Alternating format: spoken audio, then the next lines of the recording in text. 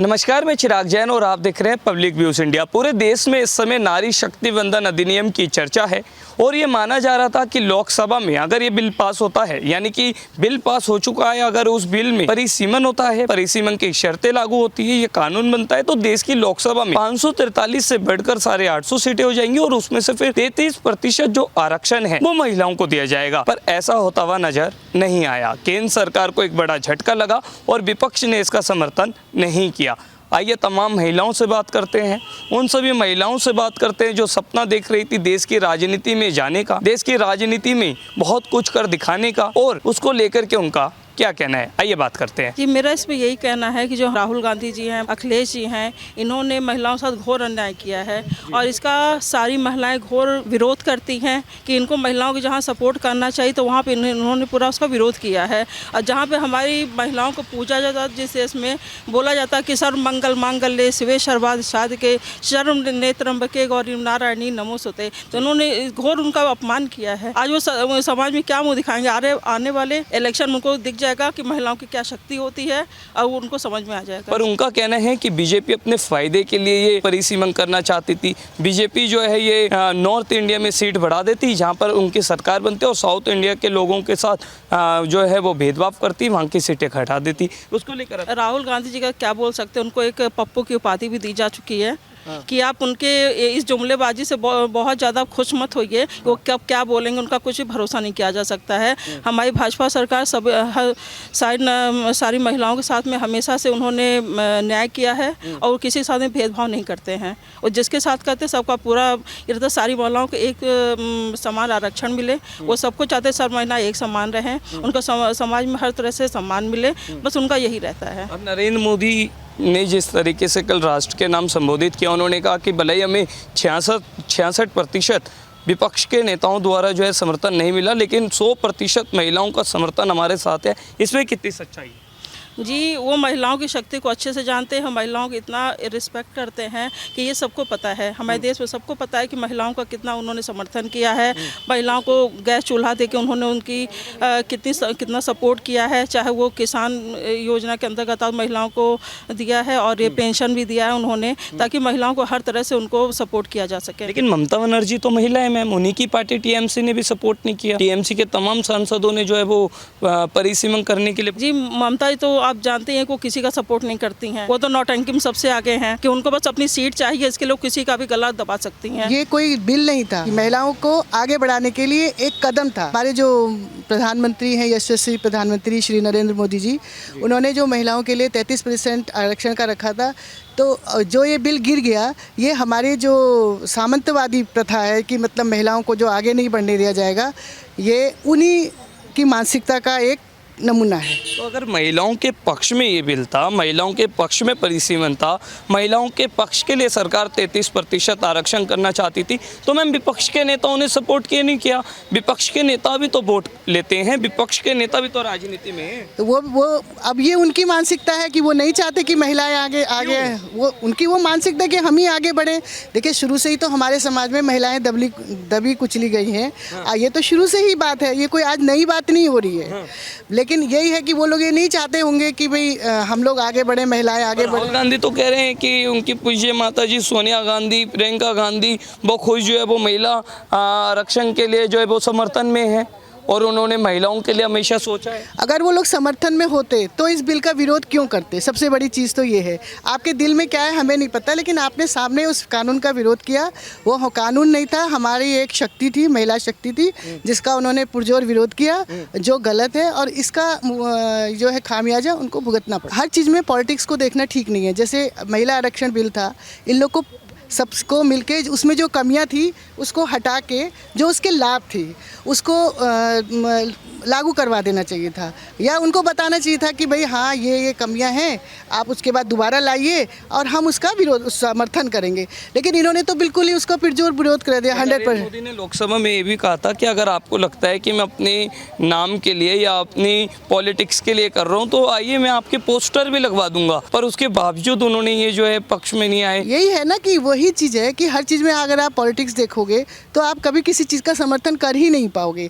जैसे कि आप कोई मान लीजिए, ये विपक्ष तो इस टाइप का लगता है जैसे मान लीजिए कोई गड्ढा है है ना, आपने उसको ठीक करवा दिया, तो वो कहेंगे नहीं हमें तो गड्ढे में ही गिरना है, आपने ठीक क्यों करवाया। जी। इस मानसिकता के लोग जहाँ होंगे वहाँ यही होगा। जी। अच्छा, नरेंद्र मोदी कह रहे हैं कि 66% भले ही हमें वोट ना मिला हो पर 100% जो महिलाओं का समर्थन है वो हमारे साथ है, इसमें कितनी सच्चाई है? ये बिल्कुल सच्चाई है। आपने देखिए जिस समय लोकसभा चुनाव था इससे पहले जो 5 साल पहले नहीं उससे पहले जो था 19 में जो था, जिसमें इन्होंने तलाक 3 तलाक का मुस्लिम महिलाओं का समर्थन किया और सारे विपक्ष सोच रहे थे कि हम लोगों को मुस्लिम मतदाताओं का हम उसके वो हैं, राजा हैं और ये हमारे सपोर्टर हैं। लेकिन क्या हुआ उसके बाद, सारी महिलाओं ने अपना, क्योंकि जो ये आपके विपक्षी हैं इन्होंने तो किसी ने नहीं सोचा था ना ये चीज़, लेकिन सारे विपक्ष ने ये सोचा, जो सारी हमारी मुस्लिम बहनें हैं उनको गलत लगा और उन्होंने जाके वोट किया है और ऐसा ही भविष्य में फिर होगा। ये जो अभी इन्होंने विरोध किया है ठीक है, लेकिन ये महिलाएं जो ये सोच रहे हैं ना कि हम लोग कुछ नहीं हैं या हमारे, क्या ये वोट बैंक की राजनीति थी जो इन्होंने समर्थन नहीं किया? हो सकता है ये वोट बैंक की राजनीति थी। इन्होंने सोचा होगा कि जब हम लोग सत्ता पक्ष में कभी आएंगे तो उसके बाद हम बिल लाएंगे और फिर उसका फायदा हमें होगा। लास्ट में उन विपक्षी नेताओं को क्या कहना चाहेंगे जिन्होंने समर्थन नहीं किया, जिनके कारण अब 33% महिलाओं का आरक्षण सुनिश्चित नहीं हो पाया? मैं तो पॉजिटिव वे में इनसे कहूँगी कि भगवान इनको सद्बुद्धि दे। हर काम में ये लोग टांग अड़ाते हैं। पहले जब ये 3 तलाक हुआ था तब भी इन्होंने यही किया था। हर चीज़ में ये लोग ऐसे करते हैं। जब अभी राम मंदिर बना था उस समय इन लोगों ने कैसे, आज महिला आरक्षण बिल पर भी इन्होंने अपनी मानसिकता दिखा दी। ठीक है, मैं आपसे बात करना चाहूँगा, क्या नाम है? मेरा नाम डॉक्टर कविता सिंह है। राजनीति की बात नहीं थी, महिला और पुरुष के बीच के दूसरी तरीके से ये रणनीति खेली गई है और विपक्ष और पक्ष का, लेकिन जैसे 2023 में जब महिला पर सर्वसम्मति से विपक्ष ने भी पास कर दिया था, तो अभी इन्होंने एक परिसीमन का बहाना बना के ये कह दिया कि परिसीमन, ये तो महिला का आरक्षण नहीं है, परिसीमन के लिए चाहते हैं। तो हमारी जो 50% जनसंख्या है जो हमारी महिलाओं की और नारी सशक्तिकरण की एक तरफ आप बात करते हैं, और ये तो सिर्फ आपको ये कहना चाहिए कि एक महिलाओं को धोखा देने वाली बात है और ये बहुत ही, इसको जो विपक्ष में समर्थन नहीं किया है तो एक तरह से महिलाओं के लिए ये उनको गहरा आघात लगा है, क्योंकि 50% और जहाँ भी महिलाओं को दिया गया है सशक्तिकरण, आपने देखा है महिला चाहे प्रधानमंत्री बनी हो, महिला चाहे आपकी नेता हो, महिला चाहे मौजूदा हमारी जो राष्ट्रपति प्रथम महिला है वो भी महिला है, वित्त मंत्री हमारी महिला है, तो आप देखेंगे उन्होंने एक अपनी लेगेसी कायम की है। और महिलाओं को यदि शुरू से ही आपने देखा जहाँ भी महिला मातृशक्ति का राज्य होता है तो एक नारी पूरे समाज को शिक्षित करती है, पूरे देश को शिक्षित करती है। तो विपक्ष उसमें क्या उसका फायदा है, लेकिन हाँ मोदी जी ने जो किया है उनके कार्य के लिए ऐसे होता है ना, हाथी के दांत दिखाने के और खाने के कुछ और होते हैं, तो विपक्ष का भी वही मामला है। उनके घर में खुद उनकी महिला इंदिरा गांधी बहुत बड़ी प्रधानमंत्री रही हैं, लेकिन फिर भी वो समर्थन नहीं दे रहे हैं। तो उनकी क्या मंशा है, या तो राजनीतिक दलों का आपसी मतभेद है, या राजनीतिक अगर मतभेद भी है तो विपक्ष ने आखिर वो मतभेद महिलाओं के आरक्षण में क्यों थोपा? महिलाओं की तो वो वोट लेते हैं। तो ये कह रहे हैं ना कि हमने समर्थन 2023, प्रियंका गांधी का मैंने स्पीच सुना, वो ये कह रही कि हमने 2023 में समर्थन किया था। वो महिला आरक्षण को एक तरफ करके वो परिसीमन का बहाना बना रहे हैं कि नरेंद्र मोदी जो है महिला आरक्षण के चक्कर में परिसीमन का वो कर, परिसीमन होगा तो उसका कुछ नुकसान आप देखिए। अब उसके बारे में यदि बहुत कैलकुलेशन देखा, जैसे मैं एक प्रोफेसर हूँ, मैं भी पढ़ाती हूँ, टीचर हूँ, तो हम लोग जो गवर्नमेंट एम्प्लॉई हैं तो परिसीमन में जैसे आपकी सीटें बढ़ती हैं, आपकी 850 सीटें कर दी जाती है, जितने भी MLAs और जितने भी विधायक और जितनी भी सारी चीज़ें बनती हैं राज्य में उनकी, सारी चीज़ें बढ़ेंगी। तो यदि आप फाइनेंशियली वित्त में देखें तो मेरे ख्याल से वित्त के पर्पज से देखा जाए तो काफ़ी उसमें नुकसान है, क्योंकि बहुत सारी चीज़ें, क्योंकि विधायकों को बहुत सारी नीतियाँ रहती है। और महिला सशक्तिकरण के लिए तो बहुत ऐतिहासिक कदम था। महिलाएं तो वैसे भी देखिए हमेशा महिला कंधे से कंधा पुरुष, जैसे उन्होंने भी कहा कि पुराने समय में महिलाओं को दबा के रखा गया था, लेकिन आज की नारी ऐसी नहीं है। आज की नारी सब जगह आगे है। एक नारी, आज की नारी कैसी? एक नारी सब पर भारी है, ये आपने कहावत सुनी है। तो बस यही है, कहीं ना कहीं नारियों से डर जो है सभी को है, और हम तो चाहते हैं कि हम आरक्षण की हमें जरूरत ही नहीं, हम तो नारियां इतनी मजबूत हैं कि हम खुद चाहें तो अपना एक मोर्चा संभाल सकते हैं। तो हाँ, मैं तो मैम, जिस तरीके से विपक्ष के नेताओं ने परिसीमन को समर्थन नहीं किया, उस पर वोट नहीं किया, और चाहे वो अखिलेश यादव हो, चाहे वो राहुल गांधी हो, चाहे वो DMK और TMC के बड़े बड़े नेता और सांसद हो, उन सबका कहना है कि बीजेपी अपने फ़ायदे के लिए करना चाहती थी, मोदी जी अपने फ़ायदे के लिए करना चाहते थे। वहीं मोदी जी कह रहे हैं कि आइए सब एक साथ मिलकर एडवर्टाइजमेंट करेंगे, अगर आपको लगता है कि मैं अपने फ़ायदे के लिए कर रहा हूँ तो मैं आपकी भी फ़ोटो लगवा दूंगा। उसके बावजूद समर्थन नहीं आया, तो क्या कहना चाहिए? उसका ही मैं यही कहना चाहूँगी कि देखिए, कोई भी व्यक्ति जब अच्छा काम करता है ना तो उसके 1000 विरोधी खड़े हो जाते हैं। और मोदी जी अभी लगातार जब से विजयी हो रहे हैं तो विपक्षी जितने भी नेता हैं उनको कहीं ना कहीं अंदर ही अंदर तो ये है, देखिए सारी सपा चली गई, वो बसपा चली गई, सारी पार्टियां एक के बाद एक, उनका कोई भी वजूद नहीं रहा है, सबका सुपड़ा साफ हो गया। तो स्वाभाविक है कि वो क्यों चाहेंगे कि मोदी जी क्रेडिट ले जाएं, मोदी जी फिर से विजयी हो जाएं। तो मोदी जी को एक बदनाम करने का मेरे ख्याल से कि ये भी एक टेक्निक ही हो सकती है उनकी, ये आपस में उनकी सोच होगी। कल आपने मोदी जी का जो है वो नेशंस के नाम पर स्पीच था, राष्ट्र के नाम संबोधन, उसमें उन्होंने कहा कि भले ही 66% महिला आरक्षण के लिए विपक्ष के नेताओं ने सपोर्ट ना किया हो, पर 100% महिलाओं का सपोर्ट हमारे साथ है। सच्चाई है? बिल्कुल सच्चाई है। और मैं तो जब से ये, जैसे मैम ने बताया कि अभी तलाकशुदा महिलाओं का, मुस्लिम महिलाएं बहुत विरोध में रहती थी, लेकिन जब से कानून हुआ, मैंने इसके अभी एक मूवी भी देखी थी, हक शाहिदा बानो का, हाँ, तो उसमें भी मुझे बहुत अच्छा लगा कि जो महिलाओं को भरण पोषण भत्ता के लिए किया गया, फिर बाद में मोदी जी ने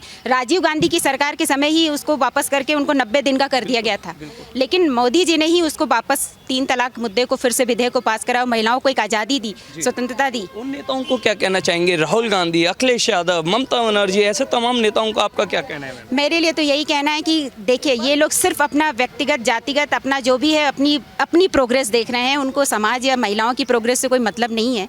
ये जो भी पार्टियां हैं, मेरे को तो यही लगता है कि उनका अपना निजी स्वार्थ रहता है कि उससे क्या फ़ायदा उठा सकते हैं। यदि वो समाज के लिए सोचते तो स्वाभाविक है आज मोदी जी नहीं वही होते, और नारियों के लिए सोचते तो बिल्कुल वही होते। लगता है इससे कहीं ना कहीं विपक्ष की जो एक इमेज है उसमें भी सुधार आता, बिल्कुल सुधार आता। जो उनका पत्ता साफ हुआ है, कहीं ना कहीं उनको भी, हम नारियां ही सपोर्ट करती, नारियां, और हमारी 50% आबादी है, हम चाहे तो किसी को खड़ा कर सकते हैं, हम चाहे तो गिरा भी सकते हैं। तो उन्होंने जो इतना बड़ा मौका जो चूक दिया, मैम, लगता है आने वाले टाइम पर कहीं ना कहीं विपक्ष को इसका खामियाजा भुगतने को बिल्कुल 100% भुगतना पड़ेगा, क्योंकि उन्होंने बहुत बड़ी नारी शक्ति को ये जो गहरा आघात लगा है। आपकी जो पंचायती राज है, पूरी की पूरी नारियां संभालती हैं, बहुत सारी जगहों में आप देखेंगे नारियां ही सब कुछ कर रही हैं। यदि आप आरक्षण, पहली बात तो नारी को बराबर का सम्मान देना चाहिए था, फिर भी चलिए आरक्षण के नाम पे आप 33% के, हम तो कहते हैं 50%, उनको बिल्कुल खामियाजा भुगतना पड़ेगा। तो लास्ट में आपसे पूछना चाहूँगा मैं, आप कैसा खामियाजा विपक्ष को आने वाले टाइम पर भुगतते हुए देखना चाहेंगी? आखिर क्या उन्हें सज़ा मिलते हुए नजर आएंगी? देखिए, इसका तो अभी कल के ही मैंने उसमें देखा कि उनकी जो अखिलेश यादव की जो अपनी भाव थी, उनकी फैमिली, अपर्णा यादव, बीच चौराहे पे उनका चुनाव चिन्ह को आग में झोंक रही हैं। किस लिए? ये उनका कहीं ना कहीं अंदर का फ्रस्ट्रेशन ही तो है, जो महिला शक्ति के विपरीत में उन्होंने ये बिल को जो ठुकराया है। तो कहीं ना कहीं जब उनके घर की ही महिलाएं उनके विद्रोह पे उतर गई, तो हम नारियां क्या कुछ नहीं कर सकते। राहुल गांधी, अखिलेश यादव जैसे नेताओं को क्या कहना चाहिए? वो तो पप्पू ही थे, वो तो हमेशा जुमलेबाजी के नाम से ही जाने जाते हैं। उनको तो लोग कहते हैं कि अगर कहीं, उनको तो खैर राजनीति में आना ही नहीं चाहिए था, उनको कार्टून वाले सीरियल पे जाना चाहिए। जिस तरीके से वो भाषा और अपनी बातों को रखते हैं, तो वो एक मजाक का ही उदाहरण बनता है। बाकी अब तो पूरी दुनिया उनको देख रही है। उनके मोदी है तो मुमकिन है, जैसे वो कह रहे हैं आने वाले टाइम पर ये बिल पास होगा, हाँ, महिला आरक्षण जो है वो सुनिश्चित होगा। हाँ, हमारे माननीय मोदी जी ने जो वादा किया है अब तक, वो पहले ही निभाते हैं और निभाते आए हुए हैं। और आज भी उन्होंने जो हमें आश्वासन दिया है कल रात को, उस पर हम लोग बिल्कुल उनके बातों से हम लोग एग्री करते हैं, और आने वाले समय में चुनाव में हम उसका मुंहतोड़ जवाब देने के लिए हम तैयार हैं। तो बिल्कुल हमने तमाम महिलाओं से बात करी। नारी तू नारायणी, नारी तू इस देश की ताकत है, नारी तू इस देश की शक्ति है। और इसी को लेकर के केंद्र सरकार जो है वो नारी शक्ति वंदन अधिनियम जो है वो लेकर आई थी, उसमें परिसीमन करना था, पर विपक्ष के नेताओं ने समर्थन नहीं किया। राहुल गांधी, अखिलेश यादव, ममता बनर्जी जैसी पार्टियों के बड़े नेताओं ने, बड़े सांसदों ने इसका खुलकर जो है वो खंडन किया। तो इसी को लेकर के तमाम महिलाओं ने कहा कि उन्होंने लोकसभा में तो इसका जो है वो समर्थन नहीं किया, लोकसभा में तो इसके अपोजिट में वोट दे दिया, बट आएंगे तो चुनावी मैदान में, और जब वो आएंगे तो उन्हें जो है वो नारी अपने तरीके से सबक सिखाएंगी, क्योंकि नारी तो नारायणी। ऐसी तमाम खबरों के लिए देखते रहिए पब्लिक व्यूज़ इंडिया।